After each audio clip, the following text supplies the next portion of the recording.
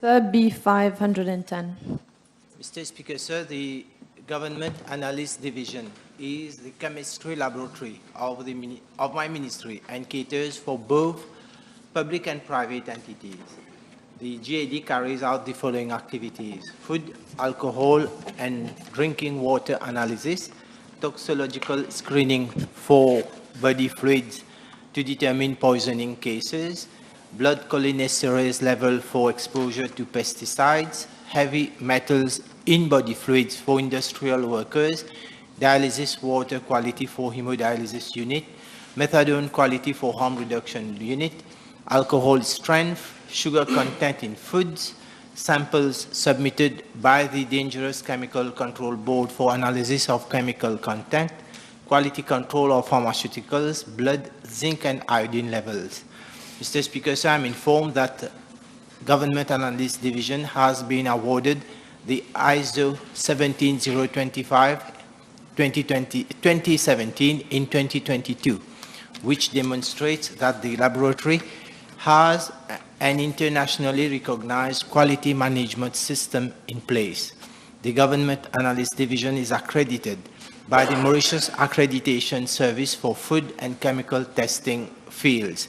It has also extended the number of test parameters under accreditation since 2022. Mr. Speaker, sir, the types of products being accredited range from nut and nuts products, beverages, oil and fats, snacks, biscuits, honey, fish products, milk products, drinking water to ensure safety and safe drinking water. In addition, it's also accredited for the analysis of ethanol content in blood for toxicological analysis. In 2024, GAD has extended its accreditation to cover for heavy metals and other contaminants in drinking and dialysis water, lead in blood for pediatric and occupationally exposed individuals. Government Analyst Division also performs other tests for some 125 different parameters in various types of samples, including food, drinking water, biomedical samples, and medicines for the private sector, including private clinics against payment of fees. I'm further informed that GAD has become the first laboratory in Mauritius to be accredited for pharmaceutical products testing. The initial tests to be accredited are for identification and assay and will allow my ministry to detect falsified and substandard medicines. Thank you, Mr. Speaker. Sir, may I ask the Honourable Minister whether his ministry has developed a system for the analysis of medication for the public sector? Yes, Mr. Speaker, sir. There is a priority list because this is very important for analysis of drugs in the public sector, and that is comprising of some 100 molecules purchased through the bidding exercises by the ministry, and as already budgeted in the last budget, the pharmacovigilance unit of the ministry will do this quality control analysis on these 100 molecules. These samples, they are from a priority list of drugs that will be forwarded to the Government Analyst Division for quality control analysis, and that will be in different batches taken from the Central Supply Division of the storage and also the public health or public institutions randomly. And once we get the analysis, that would be forwarded to the National Pharmacovigilance Unit. Yes, please. Can the Honourable Minister inform the House what happens in the case that a medication does not meet the standards? Yes, Mr. Speaker, sir. So in case the medication doesn't meet the standard, so the Pharmacovigilance Unit and the Director of Pharmaceutical Services will request that all these medicines, the incriminated drugs, the batches especially, of this product will be quarantined pending further investigation. And this unit will notify the local supplier and the bidder. And at the same time, the technical committee will make necessary arrangement to the National Pharmacovigilance Committee. And this committee will then write to the local supplier to ask for the refund or for the amount dispersed. It's more important to get back the money. And or to provide fresh new batch of medication. And that again will be subject to test by the government analyst division. B511, please.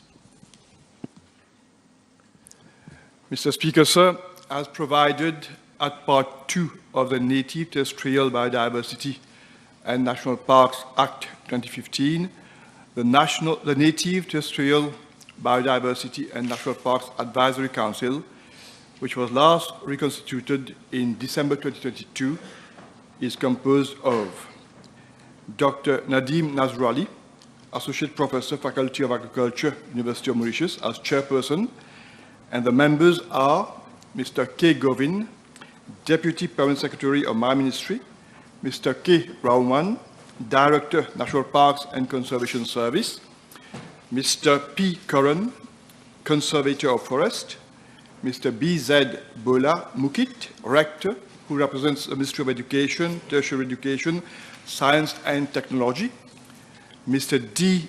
Dindayal, Divisional Scientific Officer at the National Environment Laboratory, Ministry of Environment, Solid Waste Management and Climate Change, Mrs. I. Murabi, Assistant Permanent Secretary from the Ministry of Tourism, Mr. M. Chunia, Senior Lecturer, Faculty of Agriculture, Department of Agricultural Production and Systems, University of Mauritius, Dr. Eshan Delu, Principal Scientist, Alliance of Biodiversity International and CIET, Dr. Claudia Baider, Ecologist of the Mauritius Herbarium, which falls under my ministry, and Mr. R. Hariram, Company Director, who represents the private sector on the Council. He has been appointed under Section 5, subsection 1J of the Native Terrestrial Biodiversity and National Parks Act 2015. Mr. Speaker, sir, I wish to inform the House that the Native Terrestrial Biodiversity and National Parks Advisory Council is currently being reconstituted. With regard to Part B of the question, Mr. Speaker, sir, I'm informed that from June 2023 to date, the Council has met on 3 occasions. It is to be noted that Section 6 of the Native Terrestrial Biodiversity and National Parks Act 2015 provides for the Council to meet on a quarterly basis. As for the recommendations made by the Council, same are as follows. 1, the setting up of an inclusive national park for everyone, including the autrement capable. 2, the holding of a sensitization campaigns to address the problem of littering and illegal camping on islet national parks. 3, enhanced private sector collaboration for conservation activities. 4, provision of a legal framework to regulate commercial activities and services offered to visitors at the national parks. And 5, restoration of the ecosystem in the national park. The House may wish to note, Mr. Speaker, sir, that the following actions have already been initiated by my ministry to implement the recommendations of the Council. First, the creation of an accessible pathway at the Petra Visitors Center for visitors, including those who are physically challenged. The pathway has been inaugurated on the 1st of June this year. 2, regular sensitization campaigns targeting the public, fishermen, and islet visitors on the need to keep our islet neat and tidy and to protect their biodiversity are being carried out by the NPCS. The National Coast Guard and the Fisheries Protection Office conduct regular patrolling to ensure that there is no littering and illegal camping on our islets. 3, the collaboration of the private sector has been enhanced in activities related to the preservation of native plants. And I wish to inform the House that the Mauritius Commercial Bank is collaborating with the National Parks and Conservation Service for the reintroduction of the critically endangered plant, namely the Cylindrocline lawrencei in the Black River Gorge on the 4th of July 2024. 4, the policy for commercial activities and visitors services in the national parks, including hawkers currently operating at the Black River Gorge viewpoint, is being reviewed. Provision of new trails and access to viewpoints are being contemplated with a view to offering additional recreational opportunities to visitors in the national parks. And 5th, the restoration of the ecosystem in the national park. In this respect, the native Harungana species is being used as pioneer plant species. Thank you.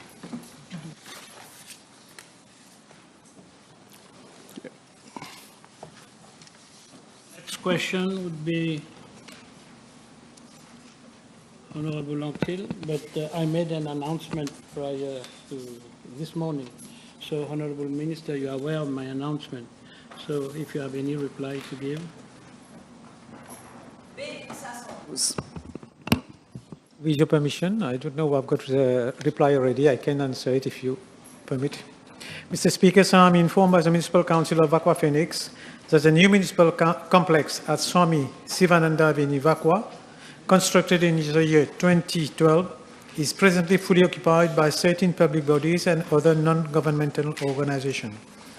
According to the lease agreement signed with the occupiers, minor maintenance work within the premises are under the responsibility of the occupiers, whereas major renovation works rest upon the council. As regards the common areas which fall under the purview of the council, a series of upgrading work that are required has already been identified. But due to budgetary constraint, that was in the year 2022, but due to budgetary constraint, only some minor repair work were affected, namely electrical work, lighting, repairs of aluminum opening and window panes, and repairs of water pump.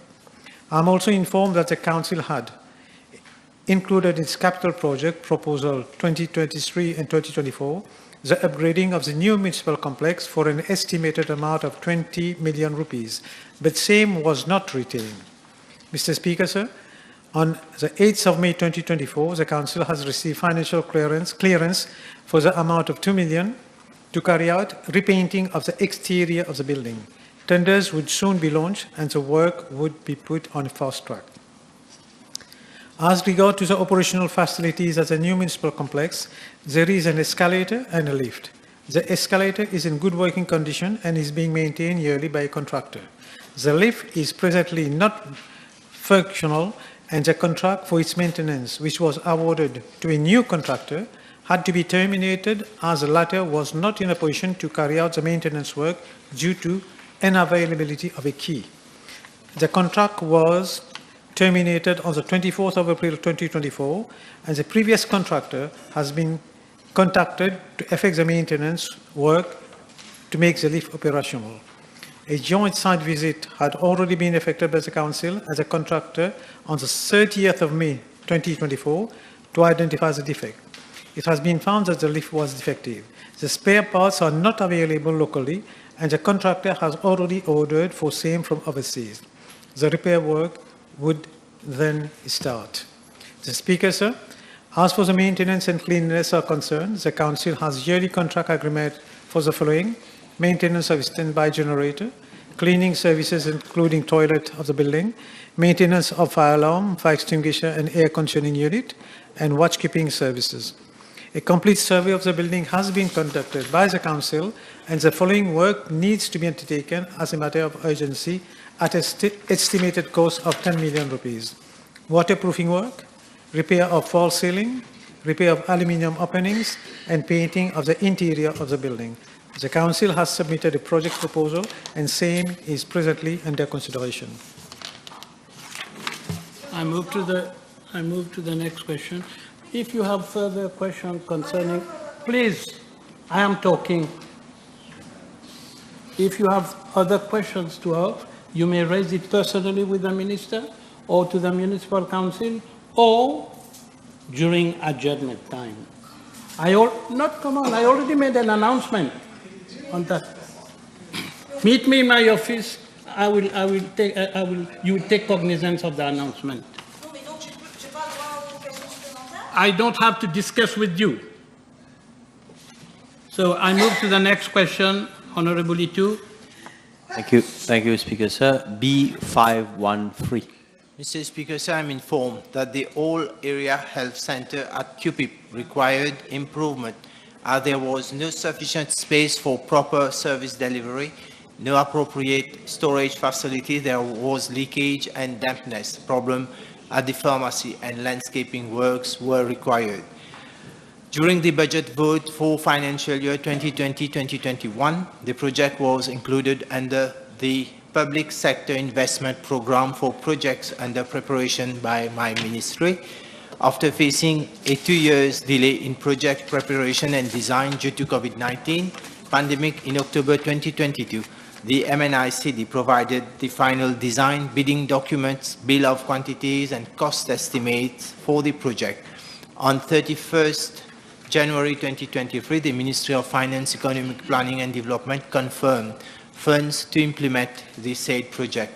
Further to an open advertised bidding, the letter of award for the project was issued to Kanakia Associates Company Limited on 9th November 2023 for the sum of Mauritian rupees 117,579 and 220 rupees, and the provisional sum of 800,000 rupees excluding VAT.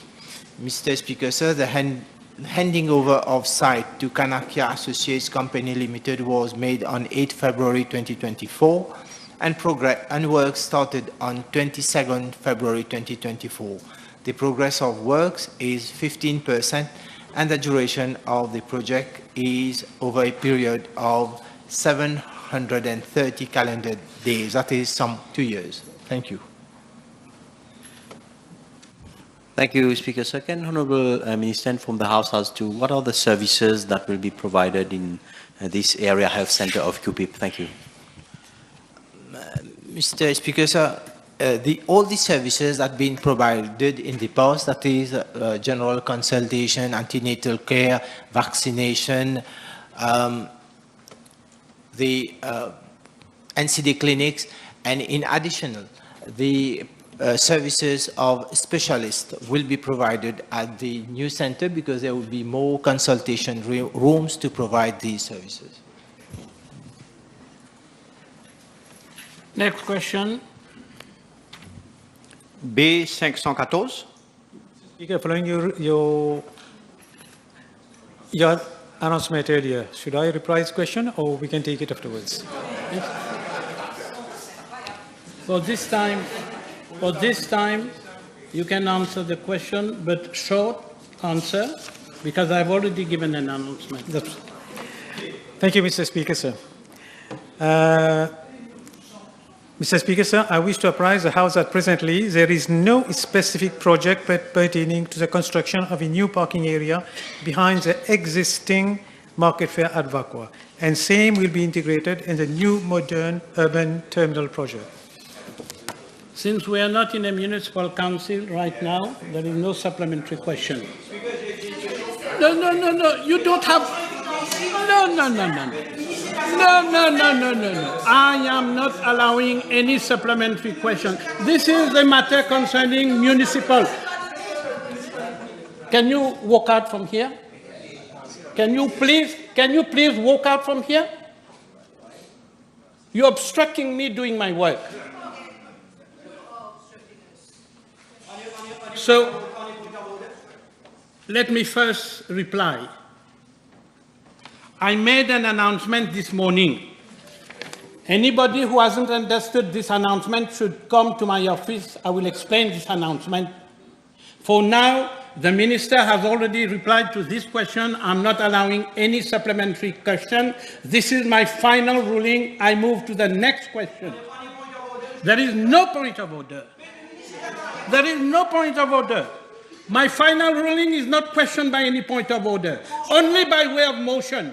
If you know the standing orders, you know, and then you say anything. Next question, please. B515. Mr. Speaker, sir, biofarming encompasses a range of sustainable agricultural systems such as organic farming, permaculture, and natural farming. As a production system, biofarming requires plantation in soil that has not been at all contaminated by agrochemicals, neither from their use nor from drifts from surrounding plots.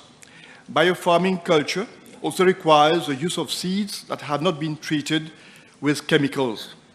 Moreover, the use of agrochemicals is not authorized during production. Mr. Speaker, sir, as everybody is aware, in Mauritius, most of our arable land are under sugarcane cultivation, which is highly dependent on agrochemicals. Being small, our fields are located near, if not next, to each other. In addition, our country being situated in a tropical region faces a very high pest and diseases load, whose management requires an integrated approach. These factors severely impact upon production under biofarming system, and this explains why biofarming culture is progressing at a steady pace. With regard to the quantity of agricultural produce derived from biofarming, I'm informed that in the year 2019, an estimated 3,800 tons of chemical-free vegetables and fruits, such as carrots, beetroot, cabbage, beans, pak choy, Chinese cabbage, cauliflower, moringa, breadfruit, and jackfruit, amongst others, were produced. This represented around 4.05% of the total agricultural production for that year. In 2023, approximately 5,400 tons were produced. We are optimistic that this figure would gradually increase year after year. Mr. Speaker, sir, despite the constraints I mentioned earlier, we remain committed towards securing a healthier tomorrow for all Mauritian citizens. In this respect, a panoply of incentives has been introduced since 2017 onwards to encourage the shift from conventional to biofarming production. These include, firstly, sensitization campaigns through talks and video clips, which are being held continually on the need to adopt and to adapt sustainable and safer practices such as MORIGAP, permaculture, zero-budget natural farming, and organic farming to produce healthy and safer food for the population. Currently, 72 planters are registered under the MORIGAP certification. 2, a biofarming unit has been set up at the level of the Food and Agricultural Research and Extension Institute, the FAREI, to guide farmers, planters, and facilitate their shift to organic farming. 3, the FAREI's research station at Pamplemousses and its model farms at Flac, Rivière des Anguilles, and Mapu have been converted into organic and zero-budget stations to showcase organic culture. 4, planters are being trained in zero-budget natural farming, organic farming, and agroecology. Free inputs, namely cow dung and urine, are also being distributed to planters for the preparation of such fertilizers, commonly known as Jiwamitrom. I'm informed that 121 planters have been trained on the preparation of the fertilizer, and that there are currently 4 producers, including the FAREI, and 80 users of the fertilizer. 4, a dedicated biofarming zone has been set up over an extent of 66 arpents at Britannia.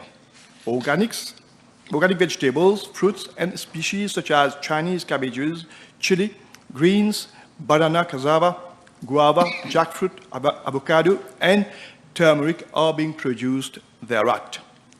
According to the FAREI, the production for the year 2023 was 12 tons at Britannia, and from January to June this year, around 3 tons of bananas have been produced as the infrastructure has been damaged following the passage of Cyclone Belal. In this regard, the House would be aware that an amount of 10 million rupees has been made available in the current financial year for the upgrading of the infrastructure at the Britannia Organic Zone. 6, several schools, NGOs, households, and even officers from the Mauritius Prison Services have been trained in organic production principles. Support has also been given to establish community organic gardens at 5 locations, namely Ferney, Cité-la-Cure, Saint-Jean, Pavillon, and Robinson. 1,110 persons have been sensitized and trained in organic farming with a view to encouraging backyard production. They were also provided with starter garden kits free of charge.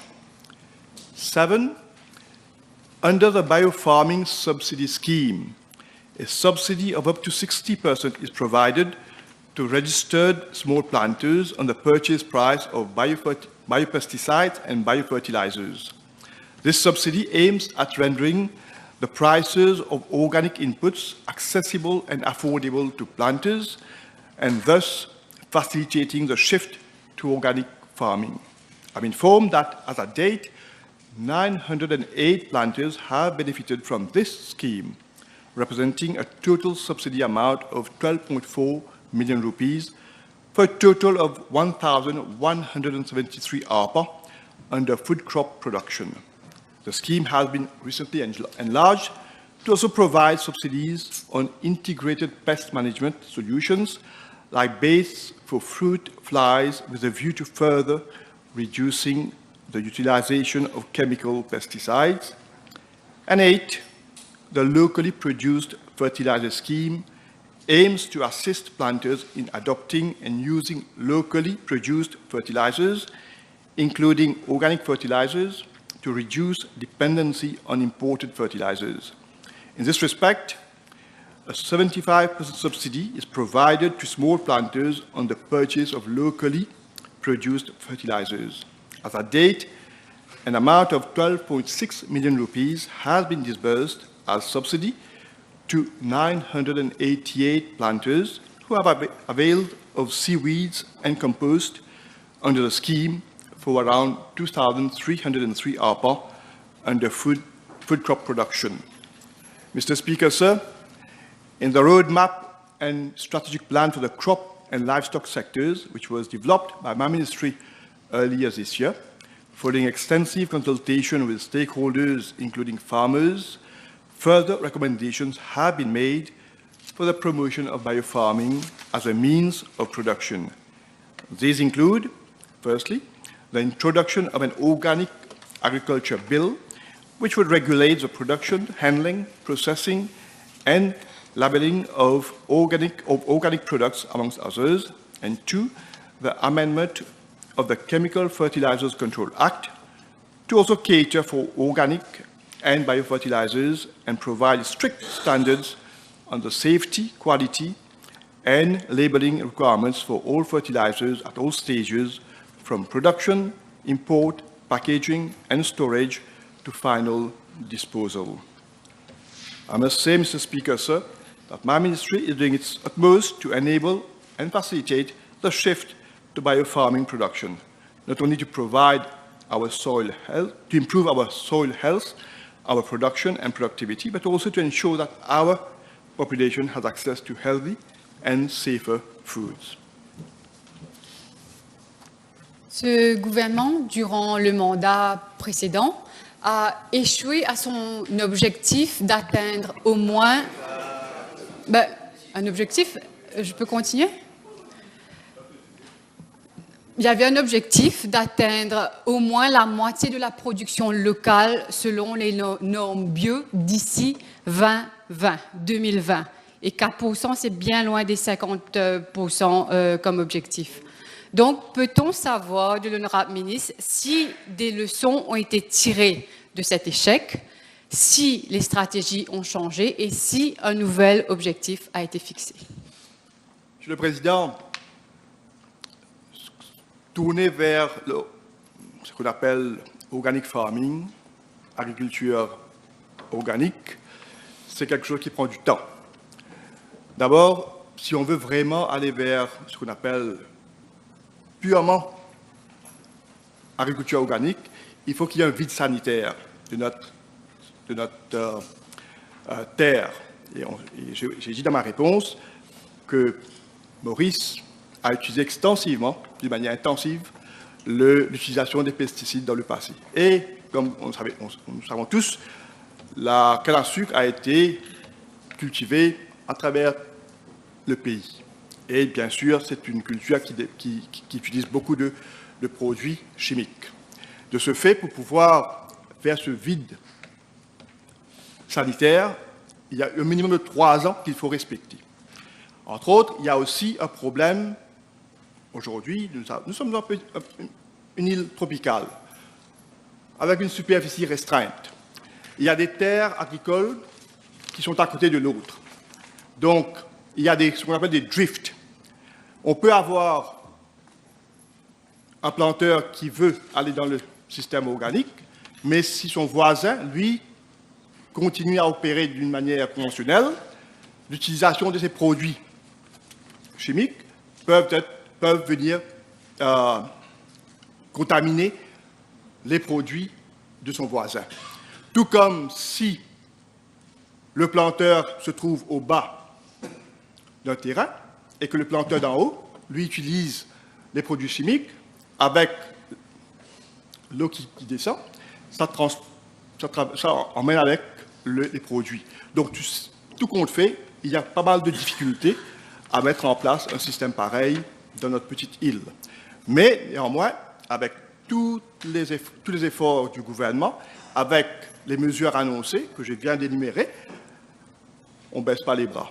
Il faut continuer à persévérer, il faut continuer à sensibiliser, il faut continuer à éduquer pour qu'on puisse sortir du système conventionnel pour passer à un système beaucoup plus, ce qu'on appelle aujourd'hui raisonné, après éventuellement organique.